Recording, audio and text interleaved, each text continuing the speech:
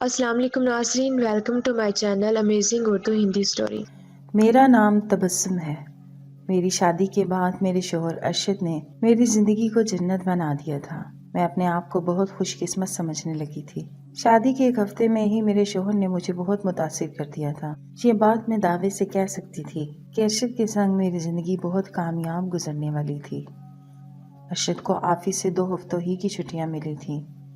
ایک ہفتہ شادی کی تقریبات میں گزر گیا اور دوسرا ہفتہ تو ایسے گزرا جیسے پتہ ہی نہ چلا ہو۔ کل سے ارشد کے آفس کی جوائننگ تھی، اسی لیے وہ بولے، تبسم میں تمہیں مارکیٹ لے چلتا ہوں، جس چیز کی بھی ضرورت ہو تم لے لینا۔ میں خوشی خوشی راضی ہو گئی کیونکہ مجھے کچھ چیزوں کی اشد ضرورت تھی۔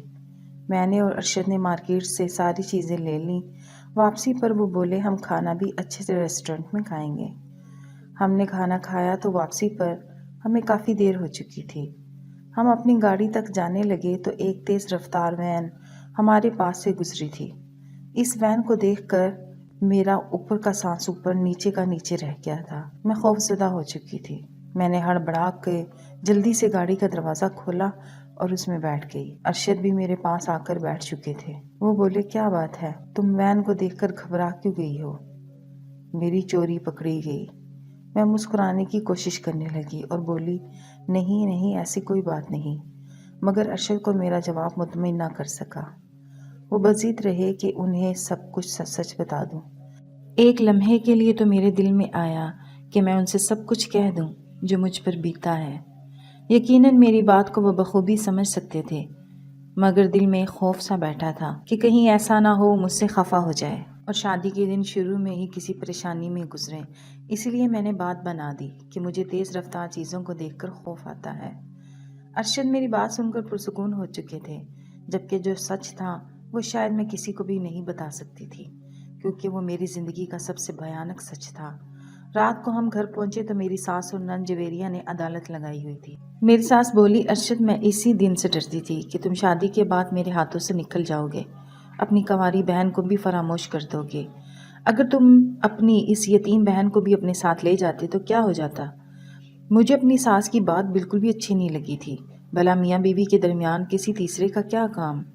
ارشد بولا امی میں لے تو چلتا، مگر میری بیوی نے مجھے منع کر دیا تھا کہ کسی کو ساتھ لے جانے کی ضرورت نہیں۔ میں تو ہکا بکا ارشد کی شکل دیکھتی رہ گئی۔ میری ساس بولی ہاں ہاں بہویں تو ہوتی ہی ایسی ہیں، تمہیں تو اپنی بہن کا خیال رکھنا چاہیے تھا نا۔ ارشد بولا جی جی امی میں آئندہ خیال رکھوں گا۔ میری ساس اور نند کے چہرے پر میرے لیے بیزاری ہی بیزاری تھی، اسی لیے میں مزید وہاں پر نہ رک سکی اور اپنے کمرے میں آ گئی۔ میری آنکھوں سے آنسو بہنے لگے۔ میں تو یہ توقع بھی نہیں کر سکتی تھی کہ ارشد خود کو بچانے کے لیے مجھ پر اس قسم کا الزام بھی لگا سکتے ہیں۔ تھوڑی ہی دیر میں وہ بھی کمرے میں آ گئے۔ وہ بولے کیا بات ہے، تم کیوں رو رہی ہو؟ میں بولی میں آپ سے اس قسم کی حرکت کی توقع نہیں کر سکتی تھی۔ آپ نے کس طرح سے جھوٹ بول کر مجھے آنٹی کی نظروں میں گرا دیا ہے؟ ارشد میری بات سن کر ہنسنے لگے اور بولے ارے پگلی، اس بات پر کیوں رو رہی ہو؟ دراصل بات یہ ہے کہ میں اپنی والدہ اور بہن کا واحد سہارا ہوں اور وہ چاہتی ہیں کہ میں بس ان کا ہو کر رہوں۔ وہ کسی کے ساتھ شراکت داری قبول نہیں کر سکتی۔ اگر میں کہہ دیتا کہ میں خود تبسم کو لے کر گیا تھا تو یقیناً وہ گھر میں طوفان کھڑا کر دیتی۔ میں نے تمہارا نام لے تو لیا تو دیکھا ان دونوں نے اپنے منہ سے ایک لفظ نہیں بولا۔ میں نے تمہارا نام گھر میں امن رکھنے کے لیے لیا تھا۔ تم ذرا سی بات پر کیوں اداس ہو جاتی ہو؟ مجھے ارشد کی بال بالکل بھی پسند نہیں آئی تھی۔ جو بھی تھا اسے مرد بن کر حالات کا مقابلہ کرنا چاہیے تھا۔ خیر ارشد نے مجھ سے معافی مانگی تو میں نے اس کی دوسری اچھائیاں یاد کر کے اسے معاف کر دیا۔ اب میں اتنی بھی کم ظرف نہیں تھی کہ ایک ہی بات کو لے کر روتی رہتی۔ میں نے نوٹ کیا تھا کہ میری ساس اور نند اس دن کے واقعے کے بعد مجھ سے کھچی کھچی رہنے لگی تھیں۔ میں ہی سرد مہری کی دیوار کو گرانے کے لیے ان کے آگے پیچھے ہو رہی تھی۔ میں نے واشنگ مشین لگا کر سارے گھر کے کپڑے دھو ڈالے تھے۔ چھت پر کپڑے ڈالنے گئی تو مجھے محسوس ہوا جیسے کوئی مجھ پر نظر رکھے ہوئے ہے۔ میں بہت گھبرا گئی تھی۔ ادھر ادھر دیکھا تو مجھے کوئی بھی نظر نہیں آیا۔ یہ سب میرے ساتھ پہلی دفعہ ہوتا تو یقیناً اس بات کو اپنا وہم مان کر نظر انداز کر دیتی، مگر ایسا میرے ساتھ 5ویں بار ہو رہا تھا۔ مجھے لگا کہ کوئی تو ہے جو ہمارے گھر پر نظر رکھے ہوئے ہے، اور یہ بات کافی پریشان کن تھی۔ اسی لیے میں نے اپنی ساس کو سب بتا دیا۔ میں بولی، آنٹی کچھ دنوں سے مجھے محسوس ہو رہا ہے جیسے کوئی ہمارے گھر میں جھانک رہا ہے۔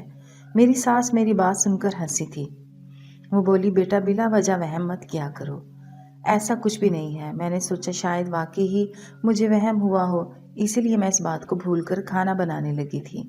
میں نے ارشد کی پسندیدہ بریانی بنائی تھی۔ اب میں بے صبری سے ان کا انتظار کر رہی تھی کہ وہ کب گھر آئیں اور میں انہیں بریانی پیش کروں۔ شام کے 6 بجے کے قریب وہ گھر آئے تو معمول کے مطابق سب سے پہلے اپنی والدہ کے کمرے میں انہیں سلام کرنے کے لیے چلے گئے۔ میں ان کا انتظار کرنے لگی تھی، تبھی وہ غصے سے چلاتے ہوئے میرے پاس آئے اور بولے، تم نے میری والدہ سے کیا کہا ہے؟ میں ہکا بکا کھڑی ان کا چہرہ دیکھنے لگی تھی۔ میں بولی، میں نے تو کچھ بھی نہیں کہا۔ تبھی میری ساس بھی اپنے کمرے سے نکل کر صحن میں آ گئی تھی۔ وہ بولی، جھوٹ کیوں بول رہی ہو؟ اب سچ بتاؤ نا کہ تم نے میری شریف بیٹی پر الزام لگایا ہے۔ میں ناسمجھی سے ان کو دیکھنے لگی، کیونکہ میں نے تو جویریہ پر کوئی الزام نہیں لگایا تھا۔ وہ بولی، کیا تم نے نہیں کہا تھا کہ کوئی غیر مرد چھپ کر میری بیٹی کو ملنے اس گھر میں آتا ہے؟ میں تب سمجھی کہ انہوں نے کہاں کی بات کو کہاں پر جوڑ دی تھی۔ میں بولی، امی میری بات کا وہ مطلب نہیں تھا۔ میرے منہ سے ابھی یہ الفاظ ادا ہی ہوئے تھے کہ ارشد نے میرے منہ پر تھپڑ دے مارا۔ وہ بولا، تم نے ایسے الفاظ استعمال ہی کیوں کیے؟ بعد میں تمہیں اپنی صفائیاں دینی پڑیں۔ میں منہ پر ہاتھ رکھ کر کھڑی بے یقینی سے اپنے شوہر کی جانب دیکھ رہی تھی کہ اس نے مجھے کس طرح اپنے گھر والوں کے سامنے پیٹ ڈالا تھا۔ میں بھاگتی ہوئی اپنے کمرے میں چلی گئی تھی اور پھوٹ پھوٹ کر رونے لگی۔ یوں ہی روتے روتے شام سے رات ہو گئی۔ 11 بجے کہیں جا کر ارشد کمرے میں آئے تھے۔ مجھے روتا دیکھ کر وہ جھٹ سے میرے پاس آ کر بیٹھ گئے اور میرے چہرے سے آنسو صاف کرنے لگے۔ انہوں نے دونوں ہاتھ میرے سامنے جوڑ دیے تھے اور مجھ سے معافی مانگنے لگے اور بولے، تبسم میں جانتا ہوں کہ تم بہت ہی اچھی اور سلجھی ہوئی لڑکی ہو، تم کبھی بھی اس قسم کی بےہودہ بات نہیں کر سکتی، مگر میں امی کے منہ پر تو انہیں جھوٹا نہیں کہہ سکتا تھا۔ اگر میں ایسی بات کہہ دیتا تو تم جانتی نہیں کہ ان کی کتنی دل آزاری ہوتی۔ انہوں نے مجھ سے کہا کہ تم اپنی بیوی کو تھپڑ مارنا تاکہ آئندہ کبھی اس میں اتنی جرت نہ ہو کہ وہ اس قسم کی بات کر سکے، ورنہ میں تو کبھی بھی تم پر ہاتھ اٹھانے کا سوچ بھی نہیں سکتا تھا۔ میں چپ چاپ اپنے شوہر کی شکل دیکھتی رہی کہ وہ کس طرح کا مرد تھا کہ ایسے مرد کو شادی کا حق ہونا چاہیے جو ہر فیصلہ اپنی والدہ کے کہنے پہ آ کر کرتا ہو۔